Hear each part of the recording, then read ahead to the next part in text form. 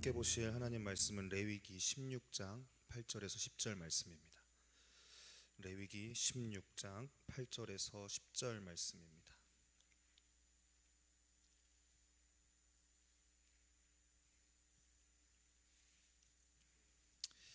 레위기 16장 8절로 10절 말씀 한 목소리로 함께 읽겠습니다. 시작. 두 염소를 위하여 제비 뽑되 한 제비는 여호와를 위하고 한 제비는 아사셀을 위하여 할지며 아론은 여호와를 위하여 제비 뽑은 염소를 속죄제로 드리고 아사셀을 위하여 제비 뽑은 염소는 산채로 여호와 앞에 두었다가 그것으로 속죄하고 아사셀을 위하여 광야로 보낼지니라. 아멘. 하나님께서 성도들에게 베풀어 주신 구원은 주시는 편에서나 또 받는 편에서나 다 완전해야만 합니다. 주시는 하나님께서는 구원을 완전하게 주셨는데 그 완전한 구원이 우리의 어떠함으로 인해서 완전하지 않은 구원으로 나에게 임한다거나 혹은 받는 편에서의 문제가 더욱더 심해지겠죠. 왜냐하면 우리 주님은 완전하신 하나님이시기 때문에. 그래서 속량이라고 하는 것, 누군가가 나를 대신해서 나의 값을 치르고 나의 무언가를 얻어서 나에게 거저 주신다. 이런 속량이라고 하는 것은 내게 갚아주신 것을 나도 동일한 내용과 동일한 수준으로 믿어야만 그 속량이 나에게 해당되어지는 것이죠. 100만 원이라는 값을 치르고 나에게 그것을 속량하여 줬는데 내가 믿는 편에서 그것을 50만 원어치만 믿고 50만 원은 못 믿겠다라고 이야기한다면 그 속량은 완전한 속량으로서 우리에게 해당되어지지 않는 것입니다.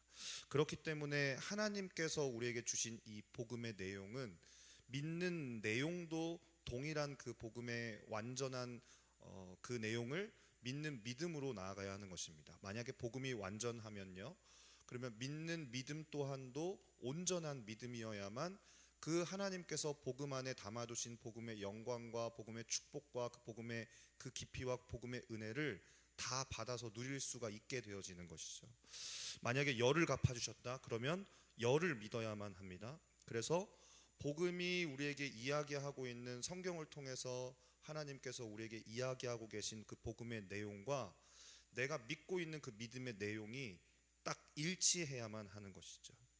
예수님께서 저와 여러분을 위해서 복음을 통해서 십자가의 은혜를 통해서 그분이 내가 잃어버렸던 나의 모든 기업을 되찾아 주셨으므로 그것을 믿음으로 취하는 것, 그래야만 이 복음의 내용을 누리는 성도의 삶을 살아갈 수 있게 되어지는 것입니다. 오늘 본문에 나온 레위기 16장에서는요 대속죄일에 대한 규례가 나오는 장면입니다. 그 중에서도 아사셀 염소에 대한 규례가 있는데 아사셀 염소에 대한 규례를 통해서 우리를 위하시는 하나님의 구속 원리를 우리가 굉장히 상세하게 잘 보여주는 것을 우리는 알 수가 있습니다. 이 대속죄일은 1년에 딱 한 차례 드려지는 규례인데 이스라엘 모든 백성과 하나님 사이의 관계를 새롭게 정립하는 대속죄일입니다. 쉽게 말하면 이날은 대사면일입니다. 이때 드려지는 제사는 평소의 제사와는 조금 달랐습니다. 대속죄일에는 염소 2마리를 선택해서 제비를 뽑게 되어지는데 그 중에 한 마리는 보통의 희생제물로 드려지고 그래서 평소에 하던 대로 잡아서 번제로 드려서 불로 태우고 그 피는 대제사장이 지성소까지 가지고 들어가게 되어집니다. 지성소는 우리가 잘 아는 것처럼 지극히 거룩하신 주님의 임재가 있는 곳입니다. 그래서 등대가 있는 성소를 지나서 세마포 휘장으로 그 빈틈없이 가로막힌 지성소에 들어가게 되어지면은 그 앞에 법궤가 있죠. 두 그룹 천사가 마주하고 있는 법궤 뚜껑을 씌운 자, 또 속죄소라고 하는데 거기에 이제 이 가져간 피를 뿌리게 되어집니다. 그러면 이것으로 말미암아 백성들의 속죄를 위한 것이 되어지는 거죠. 그런데 이 대속죄일에는 하나님 앞에 이렇게 속죄 제사를 드린 후에 아사셀을 위해 뽑힌 다른 염소의 머리에 안수를 하여서 백성들의 죄를 그 아사셀 염소에 다 전가시킨 후에 그 염소를 죽이지 않고 광야로 이렇게 풀어서 내보내는 일을 하는 겁니다. 이 아사셀 염소가 이 무인지경에 광야로 나가게 되어지면은 어떻게 되어질까요? 한번 상상해 보시겠어요? 백성들의 모든 죄를 전가받은 이 아사셀 염소를 죽이지 않고 광야로 그냥 이렇게 가게 내버려 두는 거예요. 광야에 놔두고 오는 것이죠. 그러면 이 염소는 어떻게 되어질까요? 잘 먹고 풍요롭게 잘 살 수 있을까요? 광야에서? 그럴 수 없죠. 이 무인지경의 광야에 버려지면은 굶주린 야생 동물들이나 이리떼들로 말미암아 이 아사셀 염소를 갈기갈기 찢어서 이렇게 다 삼켜버리는 것을 보게 되어지는 거예요.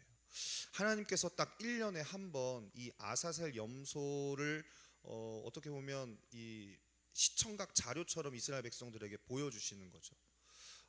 아사셀 염소가 끌려 나갈 때 그 길에 늘어서 있던 이스라엘 백성들이 이 아사셀 염소가 무인지경의 광야에 내몰리게 되어지면서 이 잔혹한 이리떼들한테 물어 뜯기는 이것을 보면서 이스라엘 백성들이 어떤 생각을 하게 되었을까요? 다른 것이 아니라 자기 자신이 된 염소의 운명을 그들이 지켜보게 되어지는 것입니다. 그 염소가 자신의 모든 죄를 짊어진 자기의 분신으로 보이게 되어지고요. 그리고 하나님께서 그들의 죄와 저주를 어떻게 심판하시는지 눈앞에서 너무나 생생하게 잔인할 정도로 그들에게 보여주시는 거예요. 그러면 사람들이 이렇게 생각을 하는 것이죠. 죄된 나의 이 병든 자아가 원래는 하나님 앞에서 저렇게 심판받아야 되는 거구나. 내가 얼마나 끔찍한 운명에 처해 있었는지, 하나님께서 만약에 이 은혜로운 제도를 나에게 허락해 주시지 않았다면 나는 죄로 말미암아 저 염소의 운명을 내가 받아들여야 되는 거구나. 내가 저렇게 죽어서 처리되어지는구나. 이 어린 염소에게 일어나는 일, 즉 죄짐을 지고 심판을 받고 끌려나가서 죽음으로 처리되는 이 과정 모두가 자신한테 일어나야만 했던 일이라는 것을 실제로 보고 느끼게 되어지는 거죠. 받아들이게 되어지는 것이죠. 또한 자신의 죄를 전가시킨 이 아사셀 염소가 광야에 내몰려서 죽음으로써 더 이상 나의 죄가 남아있지 않고 나의 모든 죄악이 완전히 심판되어서 제거되었음을 확인하게 하시기 위해서 주님이 이 시청각 자료를 사용하셔서 이스라엘 백성들로 하여금 하나님께서 이스라엘 백성들에게 어떤 은혜를 베푸셨는지, 하나님이 구원의 방법과 구원자의 자격에 대해서 이야기하실 때 어떤 방법으로 그들을 구원해내실지 확인하게 하시는 것이죠. 심판받아 죽어야 될 나의 옛사람에 대해서 저 염소가 내가 되어서 내가 이제 끌려가고 있는 거구나. 내가 그 아사셀 염소를 끌고 갔던 제사장이 그 염소를 풀어놓고 되돌아서 다시 돌아오는 순간 저 염소는 버림받는구나. 그리고 이리떼들에게 물어 뜯겨서 살점이 뜯겨나가는 순간에 내가 죽고 있구나.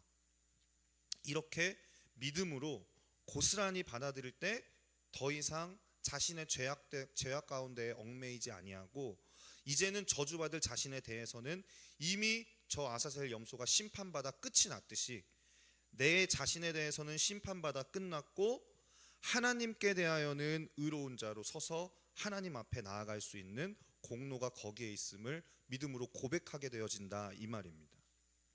이것이 아사셀 염소를 통한 하나님의 이스라엘 백성들을 향한 구원의 방법이셨고 또 보여주시고자 하는 하나님 편에서의 은혜였습니다. 예수님도 십자가를 지고 성문 밖에서 고난을 받으셨습니다. 요한복음 1장 29절에 보면 그의 운명에 대해서 이렇게 고백합니다. 이튿날 요한이 예수께서 자기에게 나오심을 보고 이르되 보라, 세상 죄를 지고 가는 하나님의 어린 양이로다. 세례 요한의 이와 같은 증거처럼 나의 죄를 그대로 지고 나 자신이 되어서 하나님의 저주를 받아 저 성문 밖으로 끌려나가 내가 당해야 할 일을 고스란히 당하신 것이죠. 이사야 선지자는 이와 같이 이야기합니다. 이사야서 53장 6절 말씀, 이것은 같이 한번 읽어보겠습니다. 시작. 우리는 다 양 같아서 그릇 행하여 각기 제 길로 갔거늘 여호와께서는 우리 모두의 죄악을 그에게 담당시키셨도다. 아멘.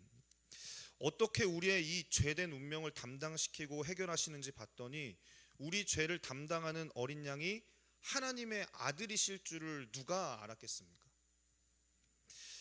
이것은 제정신에 일어날 수 있는 정상적인 사고방식이 아닌 거예요. 그것을 어떻게 방법이라고 말할 수 있겠어요? 하나밖에 없는 독생자를 인간들의 모든 죄악을 담당시키셔서 그를 십자가에 죽이신다니.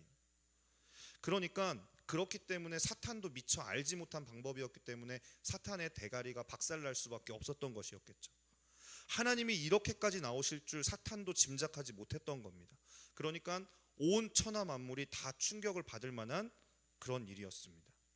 하나님이 세상을 사랑한다 한들, 아무리 사랑하신다 한들, 당신의 의로움을 아무리 지키려고 하신다고 한들 하나님 자신인 당신의 아들을 잡아서 이 모든 죄악들을 담당하게 하실 줄을 누가 알았겠냐 이 말입니다. 이것이 어떻게 설명해서 이해가 될 일입니까? 어떤 논리로 이것을 납득시킬 수 있을까요? 주님은 우리 죄를 짊어지고 대신 처리되는 이 아사셀 염소를 통해서 우리의 죄를 어떻게 처리하시는지 그 원리를 명확하게 이미 구약 시절부터 우리에게 보여주셨습니다. 아사셀 염소에 대해서 오늘 간략하게 소개를 드렸지만 레위기를 읽다 보면 이 제사를 할 때 양이나 소나 번제물로 드릴 짐승을 잡는 똑같은 이야기가 계속해서 반복되어집니다. 그래서 사실 성경 읽을 때 가장 힘든 첫 번째 그 고난의 순간이 레위기 읽을 때잖아요. 잡고 씻고 물로 닦고 뭐 하고 계속 똑같은 얘기가 반복되어지다 보니까 주님이 왜 똑같은 얘기를 계속 하시나 이런 생각이 저는 좀 가끔 들었었어요. 아니 이런 일들을 한번 기록해 놓으셨으면 다음에 기록 안 하셔도 될 텐데 계속 똑같은 얘기를 반복적으로 기록해 놓으시니까 이게 참 이거 쓰는 사람도 곤욕이셨을 거고 듣는 사람도 괴롭고 그거를 보고 있는 우리도 너무 괴롭고 이 죄인들이 제사장 앞에 제물로 드릴 짐승을 데려오게 되어집니다. 그리고 제물 위에 손을 얹고 저는 이러이러한 죄를 지었습니다. 저는 이 죄 때문에 벌을 받아 죽어야 합니다. 그런데 하나님의 언약을 따라 이 제물에게 저의 죄를 전가합니다. 그러면 전가한 순간 이 제물은 그 자신이 되어지는 거죠. 그래서 이 자신의 죄로 마땅히 자신이 받아야 될 심판을 제물에게 집행하게 되어지는 겁니다. 짐승의 목을 따고요. 그리고 가죽을 벗기고요. 각을 뜨고요. 내장을 꺼내고 물로 씻고 불로 태웁니다. 매일 드리고 늘 드리는 제물인데 이 반복적인 일을 얼마나 지겨웠겠습니까? 어차피 사실 저는 그런 생각을 해봤어요. 어차피 태워서 없어질 거잖아요. 근데 굳이 뭐 각을 뜨고 막 근육별로 이렇게 각을 뜨고 뭐 껍질을 벗기고 그냥 다 태워버리면 다 똑같을 텐데 뭐가 이렇게 복잡한 과정을 또 그것을 계속 반복해서 이렇게 해야 되는 건가? 이 긴 과정과 방법을 지겨우리만큼 자꾸 반복해서 또 말씀을 하시는 건가? 처음에는 저도 이 레위기를 묵상할 때 너무 힘들고 괴로워가지고 깊이 생각하지 못했었습니다. 그런데 하나님께서 이 제사 제도를 통해서 상징적으로 말씀하시고자 하시는 것이 있다는 것을 제가 좀 깨닫게 되었습니다. 그것은 무엇이었냐면 죽어야 될 우리의 생명이라고 우리가 흔히 표현하지 않습니까? 죽어야 될 우리의 생명. 근데 이 생명은 단순히 우리의 그 숨쉬고 뭐 이렇게 그 생리적으로 하는 어떤 그런 생명 목숨만을 가리키는 것이 아니더라고요. 생명이라고 할 때 이 생명은 그저 살아 숨쉬는 행위가 아니라 우리 모든 인격의 총체를 말하는 것입니다. 그러니까 어느 부분이 아니라 내가 살아 숨쉬고 그냥 호흡하고 살아가는 이런 생리적인 현상을 이야기하는 게 아니라 우리의 삶 전체를 주님께서 말씀하고 계시다라는 것이죠. 그래서 하나님이 우리에게 철저한 대속이라는 것을 알려주시기 위해서 이 짐승을 잡을 때 그 짐승에 대한 존재가 상징하고 있는 모든 부분을 구석구석 처리하는 모습을 아주 상세히 모습을 보여주시는 거예요. 마찬가지로 주님이 이것을 대속하신다면 목숨과 삶을 다 대속해 주셔야만 합니다. 자라면서 형성된 우리의 자아의 모든 영역을 어떻게 구석구석 처리하시는지 그것을 제사 제도를 통해서 상징적으로 보여주시는 거죠.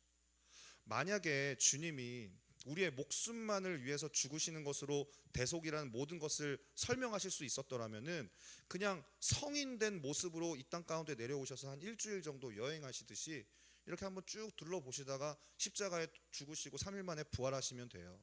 근데 왜 주님이 하필 마리아의 몸에 잉태가 되셨고 어려서부터 그 모든 10달이라고 하는 그 과정과 어려서부터의 그 모든 곤욕을 율법을 만드신 분이 율법 아래로 들어가셔서 그 모든 것을 지키면서 행하시면서 그렇게 살아오신 다음에 33년이 되었을 때 십자가에 달려 죽으셨겠냐는 것이죠. 우리 주님 그냥 오실 수 있는 분이시잖아요.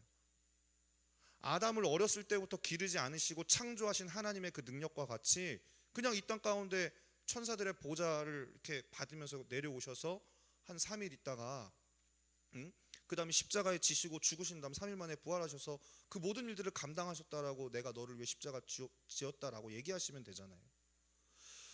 빚을 갚아도 일부만 갚아서는 우리가 자유로울 수 없는 것처럼 완전하고 철저한 대속이 되려면 대강 죽는 것이 아니라 나의 존재와 삶을 구성하는 모든 영역을 구석구석 해체하여서 완전한 죽음과 대속이 이루어져야만 하는 거예요. 제가 20대 후반에 선교단체에 들어가서 두 번째인가 세 번째로 갔던 비전 트립이 저기였습니다. 중앙아시아 지역에 있는 키르기즈스탄이라는 나라가 있습니다. 혹시 들어보셨나요? 우즈베키스탄, 그러니까 스탄 많잖아요. 그 중앙아시아 지역에 그 지역에 키르기즈스탄이라고 하는 지역에 한 일주일 정도 선교 탐방차 이렇게 같이 팀을 이루어서 갔었는데 거기서 아직도 잊혀지지가 않아요. 그 현지 전도사님이신데 이제 개종을 하신 이슬람권에서 현지 전도사님이 이제 개종하셔서 현지 교회를 섬기고 있는 현지인 전도사님이 성경에 나와 있는 이 제사 제도대로 양을 잡는 걸 보여주시겠다는 거예요. 너무 그 기대가 되고 또 이제 그 날짜를 잡고 언제 이 시연하는 걸 보여주겠다. 물론 이제 제사를 지내자는 건 아니지만 아무튼 그 과정을 내가 보여주겠다. 성경에 나와 있는 대로 해서 한 이 전도사님께서 레위기에 나온 이 제사법 그대로 양 잡는 것을 한번 보여주신 적이 있었습니다. 그래서 날짜를 정하고 이 바깥 뜰에 모여가지고 양을 잡는다고 하면서 뭐 별다른 뭐 거창하게 저는 좀 준비를 할 줄 알았더니 그런 게 별게 없는 거예요. 그냥 삽으로 구덩이를 한 1m 한 50 정도 되는 구덩이를 파놓고 양만 한 마리 이렇게 데리고 오더라고요. 근데 이 양을 잡는다고 말하는 이 현지 전도사님이 가진 도구는 그냥 요 손바닥만한 칼 한 자루가 전부인 거예요. 그래서 이 양을 잡으려고 이 양의 네 발목을 이렇게 같이 묶어놓고서는 한꺼번에 이렇게 발목을 묶으니까 제대로 서 있을 수가 없지 않았겠습니까? 이렇게 픽 쓰러지는데 그때부터 이상하게 제 마음이 조금씩 막 어려워지는 거예요. 이 보기가 불편하다라는 생각이 조금씩 드는 거예요. 그 산 짐승들도 죽음이 다가오면은 자기가 그 죽음의 위험 앞에 있다는 것을 다 느낀다고 하더라고요. 그래서 뭐 도살장의 근처에 다가오면 다가올수록 소들은 뭐 눈물을 흘리고 뭐 이런 걸 다 안다라고 하더라고요. 그래서 옛날에 그 시골 동네에서는 닭 한 마리만 잡아도 온 동네가 요란하고 돼지 한 마리 잡으려 치면은 그거 몰래 못 잡는다고 막 그런 얘기를 하시지 않았습니까? 보통 짐승들이 죽을 때가 되면은 이 살기를 느끼기 때문에 막 소리 지르고 발악하고 다 본인이 느낀다라고 이렇게 이야기를 하더라고요. 근데 이 양을 보고 제가 놀란 게 아니 무슨 이런 짐승이 다 있나. 그러니까 예수님을 그 구약 성경에 묘사하는 구절 중에 그 양과 비유하면서 마치 도살장으로 끌려가는 이 어린 양과 털 깎는 자 앞에서 잠잠한 양같이 예수님 그의 입을 열지 않았다라는 표현이 성경에 기록되어져 있거든요. 근데 그것처럼 이 양이 꼭 죽기 위해 태어난 이 양처럼 아무런 반항을 하지 않고 그냥 짐승처럼 눈만 껌뻑껌뻑하고 있고 전혀 그거에 대해서 뭐 반항을 한다거나 그러지 않는 거예요. 그러니까 이때부터 제가 이게 양으로 보이는 게 아니라 자꾸 그 예수님의 모습하고 이렇게 자꾸만 겹쳐 오버랩돼서 이렇게 보이기 시작하는 거죠. 그러니까 마음이 막 어려워지는 거예요. 이 양을 잡는 그 현지인 전도사님이 익숙한 솜씨로 이제 양의 턱을 딱 젖히더니 칼로 목을 팍 땄습니다. 그 피를 쏟아놓으니까 이제 그 파놓은 구덩이에다 피를 막 쏟아놨어요. 피가 마지막 빠지는 그 고통 때문에 근육에 경련이 일어나는 것 빼고는 양이 찍소리 한마디를 안 하는 거예요. 신음도 내지 않는 거예요. 제 마음이 더 어려워지는 거죠. 잠잠히 도살장으로 끌려가는 양과 같이 변론 한마디 하지 않으시고 나는 이 일을 위해서 왔다고 스스로 죽으러 가시던 그 주님의 모습하고 자꾸 겹쳐 보이기 시작하는 거죠. 그렇게 양이 죽게 되어지자 이제 그 가죽을 벗기고 그 가죽을 보자기 삼아서 밑에다 이렇게 쫙 깔더라고요. 그리고 이제 근육 구조를 이 전사님이 무슨 일을 하셨는지 모르겠지만 아무튼 잘 아니까 익숙하게 각을 뜬 다음에 나무에 거꾸로 매달아서 내장을 끄집어내고 분리하기 시작했습니다. 그러니까 그때부터 이제 제가 그 말씀이 그 말씀이 보이기 시작하는 거예요. 내 삶을 이루었었던 그 모든 구조를 철저히 분리하는 완전한 죽음. 이미 이 양은 죽었어요. 그런데도 그 죽음이 전부가 되어진 게 아니라, 완전한 죽음이라고 말하는 것이 아니라, 그러니까 치덕치덕 달라붙은 이 병든 자아로 끈적이게 덮여있던 나의 가죽을 베는 것 같았고, 하나님 없이 교만하게 살았었던 이 더러운 사상이나 철학 가지고 살았었던 이 굳어진 내 모든 골격을 베야 하고 해체하고, 내 모든 정서를 끄집어내어서 물로 씻고 마침내 불로 태우고, 이렇게 해서 덜 죽고 대강 죽는 것이 아니라 나한테 생명이 형성되고 나의 자아인식이 형성되었던 모든 과정을 철저히 분해해서 완전한 죽음에 이르는 이 제사를 드리도록 주님이 말씀해 주시는 것 같은 거예요. 그래서 이 장면을 보면서 제가 이런 생각을 했었습니다. 내 이 병든 자아의 죽음이 실제가 되기 위해서 주님이 한치도 부끄러움이 없는 완전한 의를 나로 하여금 얻게 하기 위해서 주님이 대속의 죽음을 치르시려면 이렇게 죽으셔야겠구나, 이렇게 완전한 대속을 이루셨구나 라고 그때 비로소 제가 좀 깨달아지고 믿어지더라, 이 말입니다. 그러면 그것을 믿는 제 믿음도요, 주님이 철저히 갚아주신 것만큼 철저해야만 하는 것이죠. 우리가 복음을 대하면서 하나님께서 우리에게 일러주신 이 십자가의 도에 대해서 이야기하면서, 그 십자가는 완전한 십자가입니다. 하나님이 아들 예수 그리스도를 통해 우리를 위해 치르신 그 희생은 너무나 완전합니다. 그것으로 인해 나의 모든 죄악이 처리되었습니다 라고 고백을 하고 믿으면서도 우리의 믿음은 그것과 너무나 별개인 경우를 너무나 많이 보게 되어집니다. 주님은 십자가의 도를 통해서 구약 성경에 우리를 위해서 기록해 놓으신 이 십자가의 도, 이 복음의 의를 통해서 율법의 정죄 앞에서도 우리가 떳떳할 수 있고, 거룩하신 하나님 앞에 나아갈 때에도 전혀 아무런 지장이 없는 완전한 십자가의 복음을 우리에게 계시해 주셨고, 지금도 우리에게 그 십자가의 복음으로 우리를 초청하고 계십니다. 우리는 그것을 믿는 믿음으로 말미암아 주님 앞에 나아가는 자들 되었습니다. 주시는 하나님 편에서 완전하심은 말할 것도 없고요, 믿음으로 나아가는 우리에게도 주님이 우리에게 보여주신 이 십자가의 도의 원리대로라면 주님 앞에 나아갈 때 우리가 죄인 마냥 이렇게 나아가는 게 아니라 떳떳하고 당당하게 하나님 앞에 의로운 자로 나아갈 수 있습니다. 그렇기 때문에 십자가의 복음이면 충분하다고 우리가 믿음으로 고백할 수 있는 것이죠. 십자가는 단순히 예수님께서 한 번 죽은 인류애적인 어떤 희생과 박애 정신을 표상하는 게 아닙니다. 너무 고맙습니다 주님, 아이고 나를 위해 그런 대단한 일을 행하신 주님 너무 감사드립니다, 이것으로 끝나는 것이 우리의 믿음이 되어서는 안 된다라는 거예요. 십자가는 가장 완전한 하나님의 사랑이 가장 완전하게 드러난 복음입니다. 로마서 3장에서 우리에게 일러준 바와 같이 율법 외에 또 다른 하나님의 의가 바로 이 십자가의 복음의 의였습니다.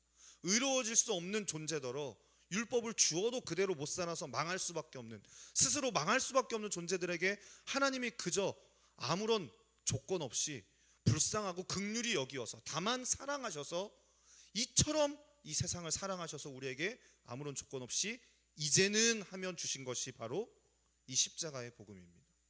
누가 요청한 적도 없고요, 누가 간절히 부탁한 적도 없었습니다. 그냥 하나님 마음 안에서 그저 일어난 한 사건이었죠. 그래서 이 복음에는 주님의 가장 깊은 영광이 드러난 영광의 십자가일 수밖에 없는 것이죠. 죄악과 어둠의 실체가 역력하게 드러나고 흑암의 세력을 발가벗기고 사탄의 권세를 박살내버린 바로 그 능력의 십자가입니다. 그럴 수 없는 불가능한 존재였던 우리를 완전히 의롭다고 정결케 하신 그 보혈, 하나님의 거룩하고 완전한 의를 드러내신 그 십자가입니다. 주님이 이렇게 완전하게 이뤄놓으신 복음으로 오늘도 저와 여러분을 초대하고 계신 것입니다. 할렐루야. 주님이 우리에게 이루신 일을 어떻게 다 쓰고 기록할 수 있겠습니까? 그 방송인 조혜련 씨가 그 얘기를 하더라고요. 성경 좀 보시라고 여러분들. 그 사람은 불교 배경에, 제가 조혜련 씨를 별로 좋아하지 않았습니다. 왜냐하면 저희 어머니가 아시는 분들 아시게 제가 몇 번 말씀드린 적이 있는 것 같은데, 남묘호랑개교라고 하는 사이비 이단에 심취하셔서 거기에 굉장히 심취하셨던 분이시거든요. 근데 그때 늘 기억나는 게 그 남묘호랑개교 대표 홍보 이사가 조혜련 씨였어요. 늘 그게 자랑이셨어요. 조혜련 봐라, 조혜련 봐라. 근데 저희 어머니는 그렇게 돌아가셨고, 그분은 지금 회심해서 이렇게 열심히 하고 계시잖아요. 인간적인 생각으로 미운 거죠. 근데 그분이 그런 얘기를 하시더라고요. 성경 좀 보세요 여러분. 성경. 자기는 불교 배경에 있던 사람이라서 팔만대장경 그거 언제 읽어요? 성경이 두껍다고 하는데 이거 두꺼운 거 아니라고 팔만대장경 읽어볼 생각해보라고. 근데 그 말이 맞는 거예요. 어마어마한 기독교의 2000년 역사뿐만이 아니라 이 인류의 모든 역사, 천지 창조하신 하나님의 그 역사를 이만큼 되는 분량으로 주님이 압축해 놓으셨으니까 그 정도면 읽으셔야죠. 그렇죠? 네. 주님이 이루신 일을 다 쓰고 기록할 수 없었을 것입니다. 수천 년 전에 알려진 대로 역사 속에 나타난 그대로 거룩한 당신의 완전함으로 이 세상을 이처럼 사랑하사 하나님을 반역했었던 죄인, 죄곧 나요, 나곧 죄인 나를 살리는 그 길밖에 없었기 때문에 하나님도 의로우시고 받는 나도 의로운 오직 한 길, 당신의 아들을 죄 있는 나의 모습으로 보내신 그 하나님의 마음, 처절하리만큼 완벽하게 내가 되어서 내가 받아야 될 잔, 내가 받아야 될 고난을 받으시고 죽임당하고 부활하신 예수님, 이 완전한 생애를 통해서 주님이 저와 여러분의 모든 저주와 죽음을 가져가셨습니다. 주님이 행하신 일이 이 역사적 객관적 실제 사건인 것처럼 이것을 믿는 우리의 믿음도 이와 같이 애누리 없이 온전한 믿음이어야만 하는 것이죠. 주님이 이루신 일이 사실이라고 믿으신다면 이 사실인 사실을 믿는 믿음도 실제여야만 합니다. 주님은 완벽하게 죽으셨습니다. 온전히 죽으셨습니다. 예수님의 죽음이 철저히 나의 대속의 죽음이라고 고백하고 있습니다. 주님의 죽음이 실제라고 우리는 믿고 날마다 고백을 합니다. 근데 내가 실제로 죽은 적 있냐 이 말이에요. 대강 죽었다 치고 그 다음 신앙생활을 어떻게 하는 건데요? 예수님 나를 위해서 죽었다 치고 믿어요, 아멘이라니까요. 그럼 그 다음 어떻게 축복받는 건데요? 어떻게 해야 은혜 받는 건데요? 어떻게 해야 기도 생활하는 건데요? 그 다음 뭐 어떻게 해야 신앙생활 그 다음 전진하는 건데요? 그런 기초적인 복음 말고 그 십자가 다 믿는다니까요. 믿었다 치고 그 다음 뭔데요? 이거 말고 다시는 내가 나를 주장할 수 없도록 제사제도에서 보여주신 것처럼 내 마음의 가죽을 베고 각을 뜨고 내장을 꺼내어서 물로 씻고 불로 태우는, 그렇게 나에 대한 죽음을 언제 경험해 보셨냐 이 말이에요. 주님에게 이루어진 그 일은 모두 내 믿음 안에 그대로 받아서 내가 그토록 놓지 못했던 나의 병든 자아에 대해서 죽음을 적용하고 실제 내 마음의 사형 선고를 받고 죽음을 받아들인 적이 언제 있으셨냐 이 말입니다. 제가 여러분들 어떤 체험을 했는지, 하나님께서 어떤 응답을 베푸셨는지, 직분이 무엇인지, 어떻게 예수님을 영접하셨는지 이거 묻는 거 아닙니다. 언제 주님이 치르셨던 이 완전한 십자가의 죽음이 나의 죽음으로 믿어지셨냐 이 말이에요. 그렇게 연연하면서 사랑했던 내 자신에 대해서, 내 병든 내 자아에 대해서, 나 자신에 대한 내 마음의 마지막 끈을, 그것을 놓고 내 존재의 죽음을 믿음으로 화합하여 주님이 죽으신 것과 내 마음 안에 이 죽음을 동일하게 적용한 때가 언제 셨냐고 제가 지금 여쭤보고 있는 겁니다. 믿었다 치는 것은 믿음이라고 말할 수 없습니다. 이만큼 지났기 때문에 주님이 해놓으신 일을 내가 거부하지 않고 좋은 마음으로 받아들인다고 해서 그것이 믿음이라고 말할 수 없죠. 좋은 목사님 말씀에 동의한다고 해서 그것은 나의 믿음이라고 말할 수 없죠. 언제 철저히 나의 삶의 구조를 다 각을 뜨고 베어서 물로 씻고 불로 태우고 언제 그 죽음이 나의 죽음이 되셨냐는 거예요. 차마 부끄러워서 꺼내지 못했던 내 마음 안에 깊은 상처들, 누구에게 들킬까 두려워했던 내 마음의 연약함들, 나의 괴로움들, 나의 상처들, 나의 잘난 모든 영역들까지 언제 주님의 십자가에 죽으셨냐는 말이에요. 우리 같이 찬양하고 기도하도록 하겠습니다.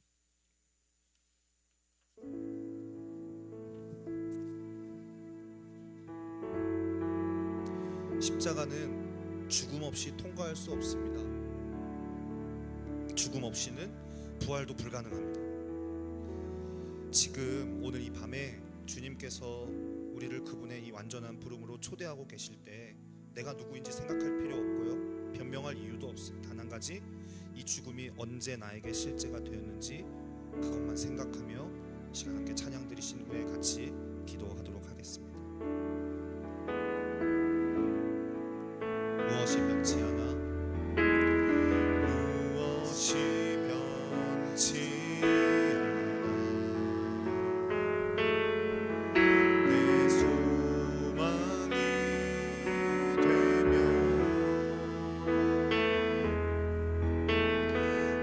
무엇이 한결 같아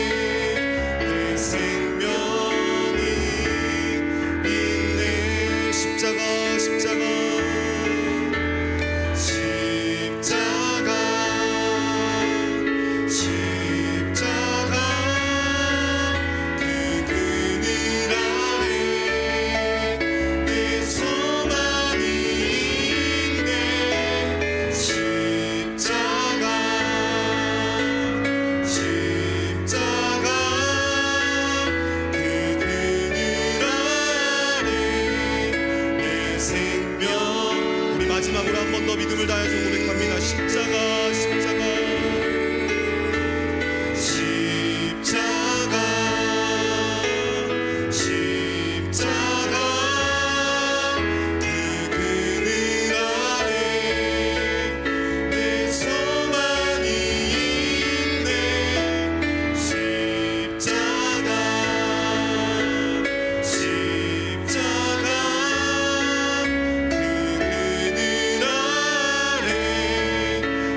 생명이 있네. 이 시간 다른 어떤 것도 생각할 이유가 없습니다. 단 한 가지만 생각하셨으면 좋겠습니다. 이 십자가에 죽으신 예수 그리스도의 죽음이 언제 나에게 실제가 되었는지 그것만 생각하며 나아갔으면 좋겠습니다. 만약에 그렇지 않다면 변명할 이유가 없이 지금 결단하며 주님의 죽음의 자리로 이 시간 함께 나아갔으면 좋겠습니다. 믿음은 결단의 연속입니다. 주님 맞습니다. 주님 죽을 때 내가 죽은 것이 진정 사실인데 내 믿음 안에서는 그동안 그것이 사실이 아니었습니다. 주님, 이제는 더 이상 우물쭈물하지 아니하고 내가 이 시간 이 죽음에 참여하기를 결단합니다. 주님, 이 죽음에 참여하겠습니다. 내가 붙들고 놓지 못한 끈적끈적한 이 병든 자아의 마지막 정을 끊고 이 진리를 결론 삼아서 나의 죽음을 그대로 받아들여 나의 모든 지정의, 내가 속한 모든 것을 죽음으로 넘기겠습니다. 주님, 나는 죽었습니다. 2000년 전 예수 그리스도의 십자가와 함께 죽었습니다. 주님이 죽으신 것이 사실이듯 나도 내 믿음 안에서 죽었습니다. 율법의 정죄에 대해서 죽었고, 지옥의 영원한 저주에 대해서 죽었고, 죄와 사탄에 대해서 죽었고, 나의 모든 꿈, 나의 명예, 내가 그동안 애착했던 것, 나의 생명, 내 것이라고 말한 나의 모든 추구하였던 것들, 나의 의, 자기만족, 쾌락, 우울증, 연민, 더러운 모든 죄, 이 모든 것에 대해서 나는 죽었습니다. 이렇게 결단하는 자리로 이 시간 나아가기를 소망합니다. 몸을 일으켜서 자리를 박차고 일어나듯이 주님, 병든 자아를 죽음의 자리로 넘겨버리고 다시는 이제는 거기에 연연하여 머물러 있지 않겠다고 이 시간 함께 믿음으로 결단하며 기도하며 나아가기를 소망합니다.